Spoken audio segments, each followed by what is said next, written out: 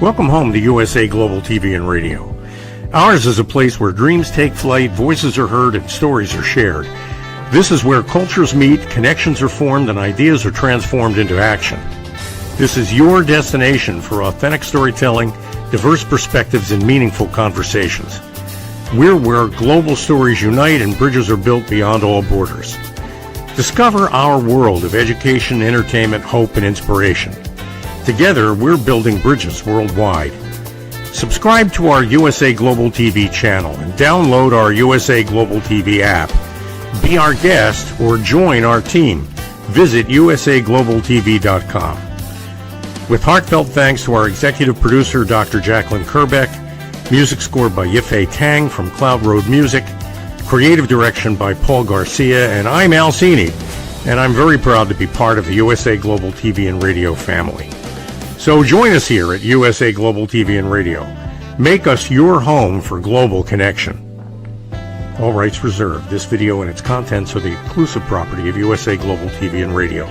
Unauthorized use, duplication, or redistribution in any form is strictly prohibited. Thank you for being a part of our global community. Let's inspire together. Hello, welcome to USA Global TV and Radio, where we provide world-class education, entertainment, hope, and inspiration.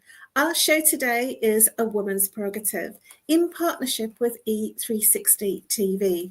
Our topic today, I'm very excited about this one because it is going to cause some ripples, and it is I'm going to tell you what it is.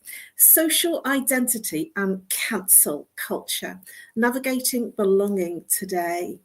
So this is a hot topic in terms of the fact that it might create some ripples. And at the same time, this is something that's going on. And I wanted to cover this as a topic today because there's very much been a lot of media coverage about topical issues following somebody's recent death. So I'm Caroline Heward. I'm absolutely thrilled and honoured to be representing Dr. Jacqueline as your host for USA Global TV and Radio's flagship show, A Woman's Prerogative. I'm a TV presenter on USA Global TV and Radio and the resident therapist. A very warm welcome to our loyal viewers and our viewers and friends at E360 TV and our usual social media friends at YouTube, Facebook, LinkedIn, and X. I'm also having a great delight here in bringing on our full-time panelist, Reverend Lydia Fougeres. She is our full-time panelist. She is a TV presenter, an author, a bilingual self-help author. She's a registered nurse. She's a holistic nurse, and she is a healer. She's also invented Miracle Mist, which is patent pending, and she's an advocate for free rights. Let's welcome all the way from Canada our full-time panelist, Reverend Lydia Fougeres. Well, I guess that there's something going on in the background. I'm sure that Reverend Lydia Fougeres will join us shortly. And just getting into the topic before she comes on, maybe there's an issue with the technical issue. Ah, she's here, right. Hello. There was an issue. I was a little worried we weren't going to have you. Yes, the internet failed. Welcome. And it's always a pleasure to share this platform with you, Reverend Lydia, because our shows are always insightful sharing from both of us. We seem to live very much on the same page. And so I'm always in deep gratitude for the fact that we share this panelist show together. Please do tell our viewers, especially the ones here for the first time, a little bit about you and how you help people. Well, I am a reverend to start with, and I'm an author. I work with reflections that are self-help books. I am a spiritual leader, and I work on personal transformation, introspection, mindfulness, and compassionate self-discovery. I invite my readers to engage in life through curiosity, clarity, and sense of sacred connection. People can join me in Canada So I will explain at the end of the show a little more about what I do. And I am the inventor of the Miracle Mist and the Perfect Mate incense that I have started selling on my Etsy shop now. Thank you. Oh, wow. That's news to me. Thank you very much for sharing that with our viewers now. That's wonderful. Congratulations. And for me, I'm known as the Harley Street Stress Expert, and I help people bust their stress. How do I do that? I work with root cause therapy and chakra psychology, how the mind and body connects and what happens to the person physically, emotionally, mentally, and behaviorally when there's an imbalance. And the imbalance is the symptom. Some people walk around and they say, I'm not stressed. Then they complain in the next breath about a relationship issue. They complain about a physical ache and pain. They might complain that they're not sleeping. They might complain about something that's a difficulty with a work colleague or a relationship issue in their family. This is how the stress is manifesting in their life.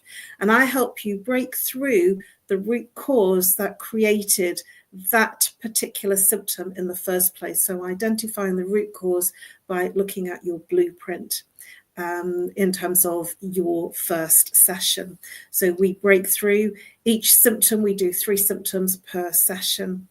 I also do lunch and learn talks online, both online and in person. And I'm also the resident therapist here on this channel. And I'm one of 5 Talking Heads presenters on USA Global TV and Radio. And rather than having the show, I usually have the Talking Heads episode once a month at the last Thursday of the month. The month has come very quickly, so this month I'll be doing it on the last Tuesday. That's next week. So let's get into our topic. Social identity and cancel culture, navigating belonging today. And what I first wanted to talk about, really, before we got going into the topic, is to give a brief introduction about this topic, because it was so dear to me and it made me reflect, because I kept looking at why there was so much cancel culture and why there was so much controversy and divide and what's causing it. And when I consider thinking about what's causing this, is human beings are social beings. And from the earliest tribes, we have gone from the earliest tribes to online communities. We are still a social being because we are human, and our innateness is to connect, to be sociable. We have always sought belonging and identity within groups. We have that powerful need to belong. And yet belonging to groups can create division and us versus them.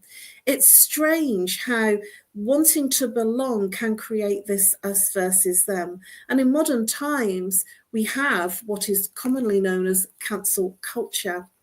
And what we'll be doing in this particular episode is exploring this phenomenon where we balance identity, belonging, and division and navigate what's happening in today's world. So looking at the foundation of understanding and belonging and identity, what does belonging mean in today's society? And why is it such a powerful need? Do you have any thoughts on this, Reverend Lydia? Well, yes, absolutely, because everyone wants to belong to a group, because everyone wants to be loved or admired or anything of the sort. So everyone tries to fit in a group, whether it is a good group or a bad group. They want to belong to a group. Why does someone want to belong to a gang? Well, this is a bad group, but at the same time, it is a group. They have a sense of being with others that think alike. So this is why there is such a very strong bond between them. They are brothers, they are sisters, and no matter if it is good or bad, they are in a so-called family that they have decided to create, to belong, because we are social butterflies. That is it. Thank you very much, Reverend Lydia. And that really makes me think about the fact that all the way through, ever since I can remember as a child, I wanted to belong to different communities and different groups. And even as early as 5 years old, I wanted to belong to the church. I felt that I wanted an external community, an external environment. And so even at 5 years old, I remember pleading with my mum and stomping and stamping and saying, I want to go to church. And that gave me a new environment and a group, a peer group that had different values to the ones that I was growing up with my family specifically. I was open and looking at other ways of being, and I very much took on the teachings of the church when I was 5 years old. And I remember collecting all the stamps. On a Sunday, there would be Sunday school lessons for the children, and there were lessons. Did you do that in where you were growing up as well? Yes, I went to Sunday school also. And I had books and books of stamps of, the lessons that we learnt, the parables and the fables of the Bible. And it gave me a value structure and a belief system of doing good and being kind to other people. And that gave me some strength in believing in something that was bigger and a higher power than myself, my family, and my brothers and my mum and dad. And it was wonderful for me to belong, and to such a point that I joined all sorts of organizations. I joined a community hall around 5, 6 years old, and we had like sort of community activities, and it was just literally 2-3 minutes walk up the road. And I used to do a disco from 5 till 6. I think it was 4 o'clock till 6, which was a community group. And that was as young as 5 years old. Do you have any things that you can share that you did in terms of being part of groups and belonging to environments and activities? Well, I was in the brownies. I was with everything that actually was there to help. I was part of the group. So I joined many communities and friends, and I created communities also because I wanted to belong. So when someone was an outsider, when you would see that someone did not belong to any group whatsoever because they were not liked or something like that, I would create something for them to be able to join me with others, because I strongly thought that everyone should have someone to be with. So when it was not there for them, I would create it. That is the way I felt. That's amazing that we have had from such a young age. I didn't join the brownies. I think that I was a bit, let's say I was a bit not following the rules. I followed some rules, but sort of with the brownie, it was dib, and you had to be very on top. And I think I was a little bit of a rebel, so I didn't do the brownies.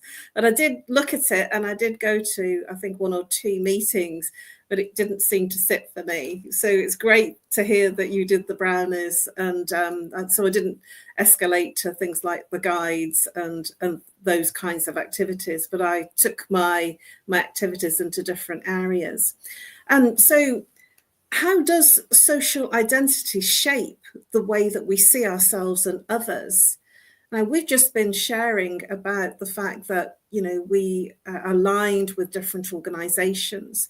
And it certainly helped me shape the way that I responded to others through the Bible, through the upbringing that I had. And I also had mentors, whereas that word wasn't really known then. We used to call them elders that looked after us and made sure that we were guided into the right direction. So what are your thoughts about the fact that how does it identify and shape the way that we see ourselves and others?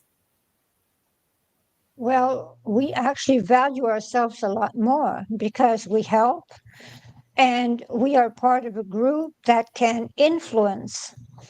Because when we actually are part of a group, we are influencers. So we have to think about it, because if we decide to be part of a group, we decide to carry the message. So if we decide to carry the message, we influence others. So either it's in a good way or a bad way, we are, whoever is in a group is an influencer.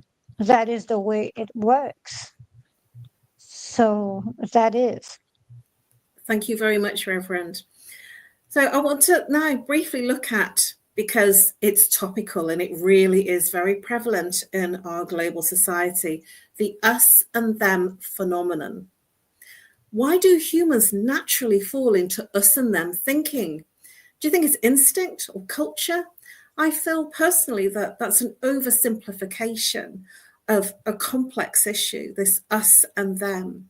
I feel it fuels conflict. I feel it fuels prejudice and also discrimination. And really in today's times, I'm seeing it much more, maybe because I'm older, maybe because I'm seeing it a lot more through social media.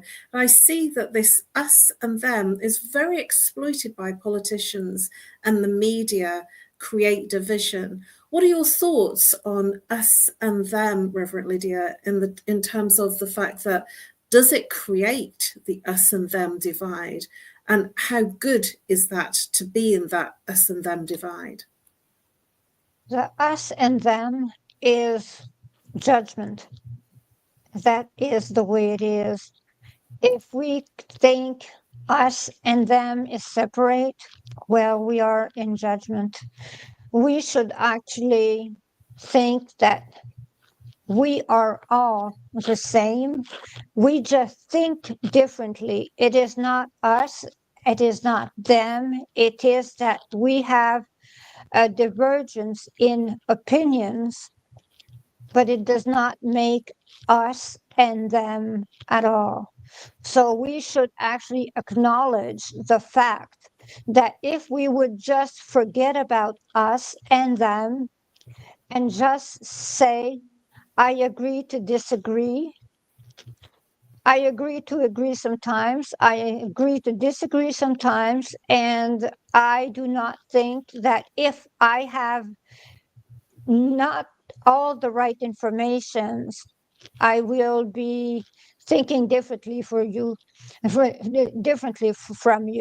The fact is that people do not have all the information. That is why they create the phenomena of us and them. It's a lack of information and it's too much judgment. I'm very inclined to agree with you, Reverend Lydia. Wholeheartedly, I can see there is such divide, and we are living in very divided times right now. And this is such a huge, complex issue that I feel that it's not only looking at judgment. It's almost like we're in a place that we're pushed to be in an us and them. We're pushed into thinking one or the other, and not to be in a place of agreeing to disagree. This seems to be very prevalent, especially in social media. And I want to explore this us and them topic a little bit further, but we have literally reached our commercial break. So we're just going to break for a very short commercial break. And please come back, whether you're on the live or the replay, please come back and join us so that we can continue our conversation of us and them, and also provide some solutions and some other ways of considering how to move through the us and them and the division that we find ourselves in. Social identity and cancel culture, navigating belonging today. See you after a short break. What if one simple skill could change the way you connect with the world?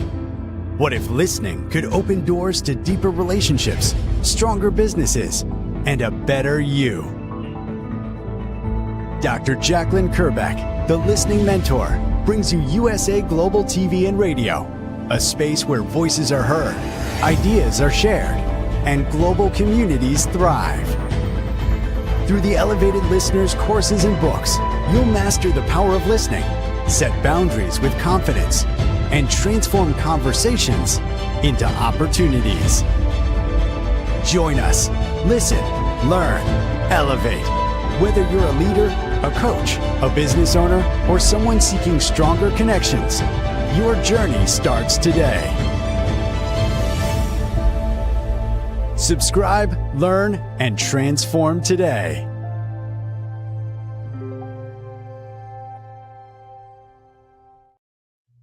Hello and welcome back to A Woman's Prerogative in partnership with E360 TV. If you've just joined us and you've not heard the first part, we have been exploring social identity and cancel culture, navigating belonging today. And I'm joined with our full-time panelist, Reverend Lydia. Let's continue our conversation about us and them, the phenomenon of why humans naturally fall into us and them thinking. One of the things that I wanted to bring up is the fact that even when I was very young, we had an us and them culture in terms of our politics. Not that I really understood what the us and them was all about, but the politics was Labour and Conservative, and not wanting to get into a political conversation, because that's not what this show is about. But looking at, there was already a divide, and it was known as that the Labour, I think that's red, was always about the working man, and the blue was about the man that was employing people, so that the person with money and the person without money. And I'm sure that it was a lot more complex than that, but that's what I grew to understand when I was seeing the debates on TV and not really understanding. So even from a very early age, I saw an us and them. And there's even us and them in celebrities, such as Johnny Depp and Liz Hurd, that you almost felt that through social media, you had to take sides. What are your thoughts about the us and them in some of those examples that I've shared, Reverend Lydia? Well, the us and them phenomena sometimes is, you're better to avoid it. There is so much us and them, yes, but at the same time, you try to avoid it as much as possible, and not to actually just throw oil on the fire, because if it is not a matter that is extremely important to discuss, when it comes to a situation of us and them, and if it does not change anything in your life personally, you see, if it does not change anything in your life personally, there are many things going around in the world lately. We have to open our eyes to what is going on. And we have to understand that, I advocate for free rights. So everyone knows that I advocate for free rights. And free rights are very dangerously attacked lately. But the thing is that, we have to understand that it is not everyone that is part of groups that are seen to be extreme that think like that. They want free rights also. They want others to have free rights also. So the problem is not to put all the eggs in the same basket. We have to understand that some see the situation as difficult as us. They just are fine with some of what is said and not with the rest. That is all.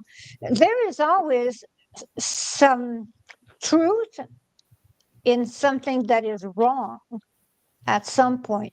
So we have to be very careful when we do the us and them, not to judge the ones that are not on our side, our so-called side, okay? Because everyone says it's my side, it's your side. But we have to be careful to that, because they are not always in accord with everything that is decided by their so-called side. So that is pretty much the way I think. Thank you, Reverend Lydia. Always an interesting perspective. And I remember when I was growing up, just in going to church, there was, I went to the Church of England, and there was a Catholic church on the opposite side of the road. And there was this perspective that you should never go into, if you're a Church of England, you should never go into a Catholic church. That belief has long gone now from my perspective, but that's how I grew up, that if I was Church of England, then I shouldn't be going to a Catholic church. I shouldn't even enter the building, and vice versa. And that again was creating a divide, that one was right and one was wrong, or one was better than the other. And more recently, I have seen an avalanche of explosive posts about the speaker who had high opinions and was very controversial, Charlie Kirk.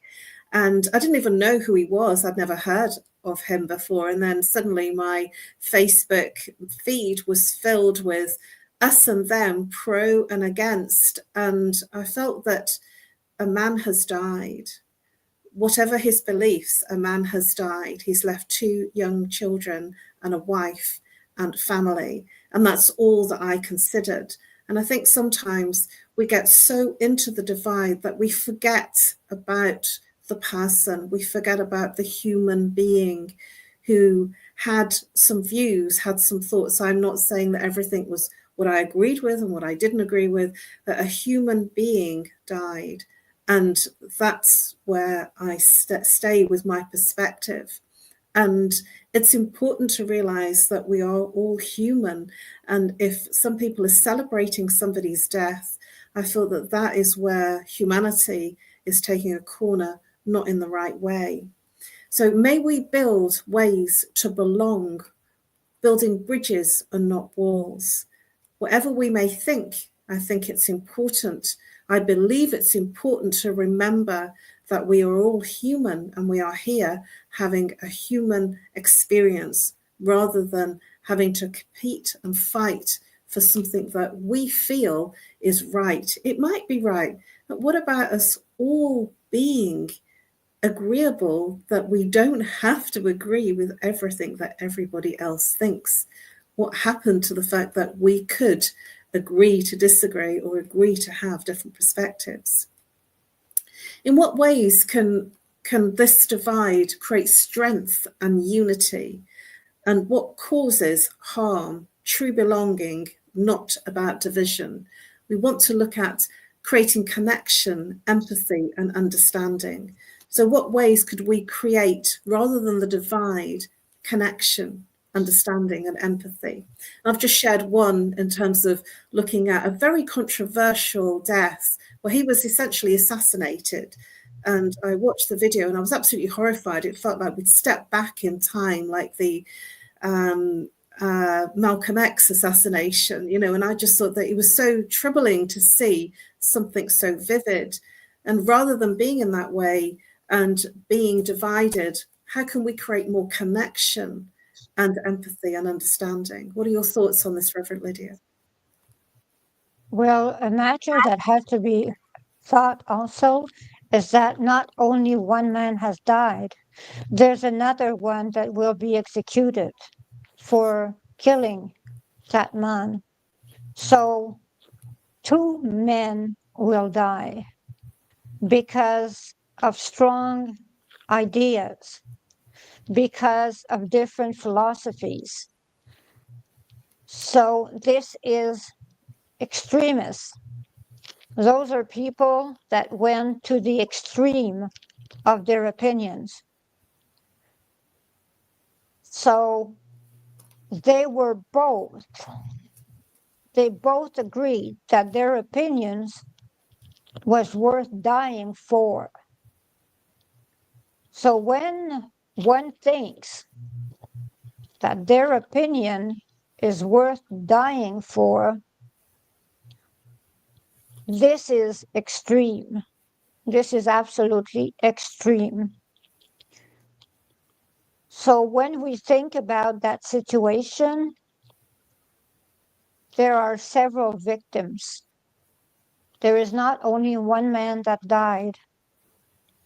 2 men will die, and an entire society grieves, either for the one that died, either for the one that will die, or either for a situation, or either for the taking away the right of speech. This is serious matter that we're facing in this situation. Thank you, Reverend Lydia. I endorse everything that you said about the freedom to speak. And this is one of the things that I wanted to talk about in terms of cancel culture. It almost feels like it's a modern form of accountability, and almost feels like it's a social exclusion, that if you don't say what I want you to say, then we're going to just cancel you. We're just going to write you off, rub you out. I find that that's just horrific, that we are in a society, we've grown so much in terms of our technology, and yet as human beings, we seem to have regressed in terms of how we approach and how we accept other people. And it's almost like if somebody's saying something that we don't agree with, we cancel them. I didn't even know what cancel culture was, because I kept hearing it. And I remember when I first kept hearing it, I thought, well, what's this cancel culture? Why is everybody cancelling somebody out? And then I started to realize after a period of time what it was, that sort of that the person had spoken out and he was no more.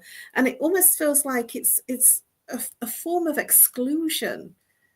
So we would exclude people when we were younger, but now it's much more public. It's international because of the internet. And what are your thoughts about the fact that it is exclusion in disguise, that we cancel somebody out because they've said something or they have beliefs that we don't believe are right? Well, the thing is that, it happens, and it used to happen again before. It is not new. Now it is because there are serious problems at the base of the problem. But it happened a lot before they went to jail. That is what happened. Think about Gandhi. Think about all the great ones that actually had wanted to speak out for something that was unfair, and then went to jail. They were jailed. Think about Navalny, that was against Putin. He was killed. He was imprisoned. He was poisoned. He was imprisoned. He went to jail and he died in jail. That was to take his speech away. So the best way was to kill him. So that was another form of murder. So when you think about that, that is very serious business. It's a very, very serious business. So now people are either killed, put away, or taken off the air if they don't agree with the others. So we have to be careful and stop judging and let others share their opinion. And we just say our opinion, and we agree or disagree, but we don't hate. We just do not hate. That is the best thing. There's no place for hate or war in that, because we're facing situations of terrible wars ahead if things do not change. So identity, thank you, Reverend Lydia, identity, ideology, and behavior, it's all wrapped up in this us and them, that we can get so caught up in belonging to a group, in belonging to their views and their values, that we may even get lost in a rabbit hole of what the beliefs and the ideologies of that particular group are.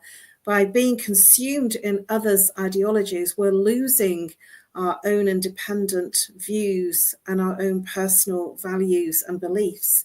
And I do feel that the internet, social media, has created a platform for people to be almost what I call keyboard warriors, to be behind the screen and to be a warrior in the words that they use, and then to be almost nondescript, so they can say lots of things without being seen publicly behind a keyboard.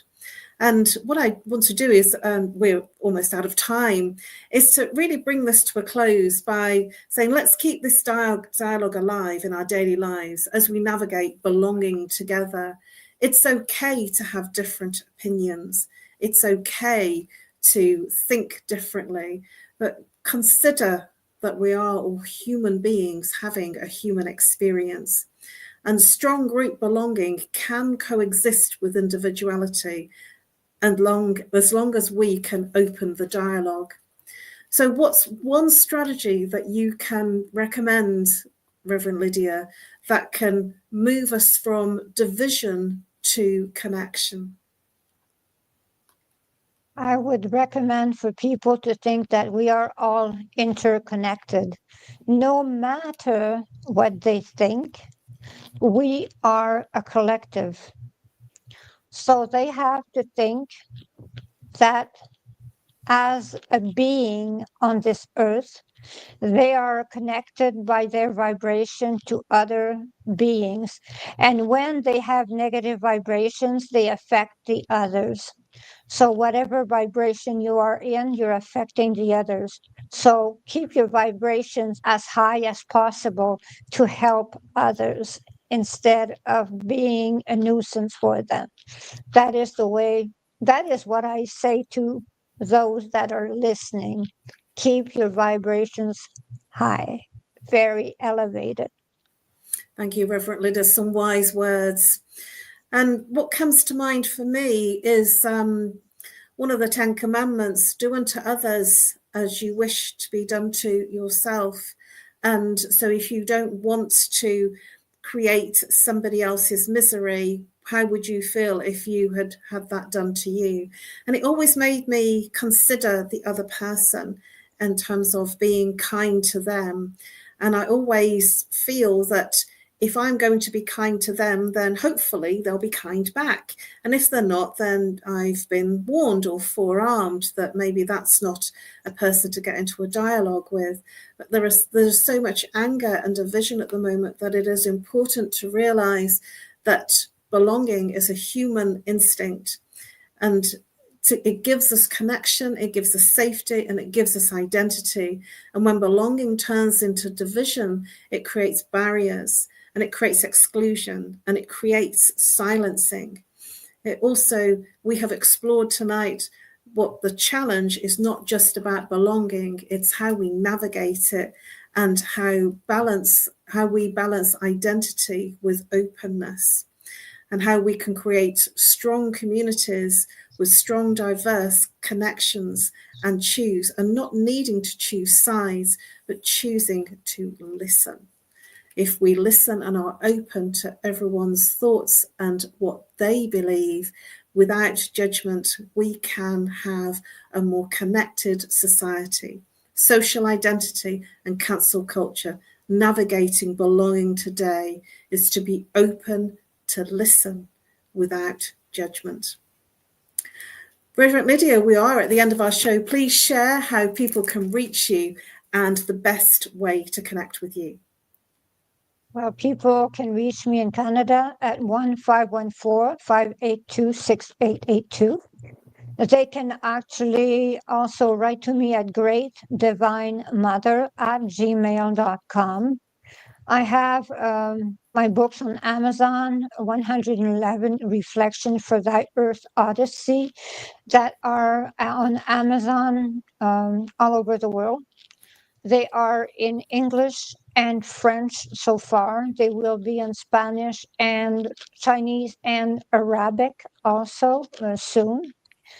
They can also join me if they want to be either a guest on USA Global TV and radio, or if they want to host their own show, they can join me also, because I will give them the way to contact Dr. Jacqueline, and they will make their dream a reality. Everyone can be the host of their show, and that is the way it goes. And they can also buy my products on Etsy.com with in my boutique that is called Holy and Holy. Thank you very much. Oh, congratulations again, Reverend Lydia, for amazing, extraordinary launch of your new product. I'm really, really happy, and I wonder how many sales that you will get in terms of finding the best. Is it the best mate? Perfect mate. Perfect mate. Yeah. Wonderful. Perfect Absolutely. Mate. I'm sure that you'll have inundated with orders for finding the perfect mate. For me, you can find me at, if you email me on nomorestress@live.co.uk, or you can reach out and call me if you're international, +44, if you're local, 07523 120 189. Or you can connect with me and follow me on LinkedIn and Facebook and drop a message there. I do one-to-one bookings on a one-off session, or I do groups of sessions, and I also do lunch and learn events, which you can book me for an online session or an in-person session. And I look forward to helping you bust your stress. Today's topic has been a fascinating one, and I didn't actually get through all the questions that I had, and because it is such a deep and entrenched topic. Please do join us again every Monday. We are here 2 p.m. Eastern Time, which is 7 p.m. British Summer Time. Today we've been exploring social identity and cancel culture, navigating belonging today. Please do download the app, our app USA Global TV and Radio, and be part of the global family, bringing hope, education, inspiration through storytelling. It's available on Amazon Fire, Roku, Android, Apple TV, TikTok, X, and many more. Thank you so much for joining us. We look forward to seeing you next week. In the meantime, have a wonderful week and stay connected and be open to listen without judgment. Many thanks for joining us. And now over to our sponsors. Get ready to wear the brand that's changing the world of media. Introducing the official USA Global TV and Radio online store.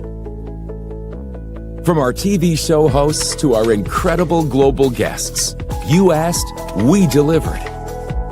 Rep your appearance with pride. Whether you've been on air, hosted a show, or tuned in, we have something just for you. Visit us at usaglobaltvradioshoп.myspreadshop.com and start shopping today. Check back frequently. We're dropping fresh new designs all the time. Showcase your role in our global community. These designs celebrate your voice, your story, your presence. It's more than just merchandise. It's a movement of hope, inspiration, education, and elevated listening. Head to usaglobaltvradioshoп.myspreadshop.com. Your spotlight awaits. USA Global TV and Radio. Elevate your style. Elevate the world. Thank you, viewers and listeners of USA Global TV and Radio, for joining us today. We're honoured to have your time and attention as part of our global community. At USA Global TV and Radio, we believe in the power of authentic conversations, meaningful connections, and creating a world of possibilities together. Want to be part of something bigger? Join our team of elevated listeners at usaglobaltv.com, a space where your voice matters and your ability to listen transforms relationships. Stay connected with us across all our platforms for thought-provoking discussions, expert insights, and empowering stories. Subscribe to our channels at youtube.com/c/USA Global TV. follow us on social media and explore the endless opportunities we're creating for growth, learning and inspiration. Together, we're not just broadcasting, we're building bridges and changing lives one conversation at a time. For inquiries, contact us at info@usaglobaltv.com.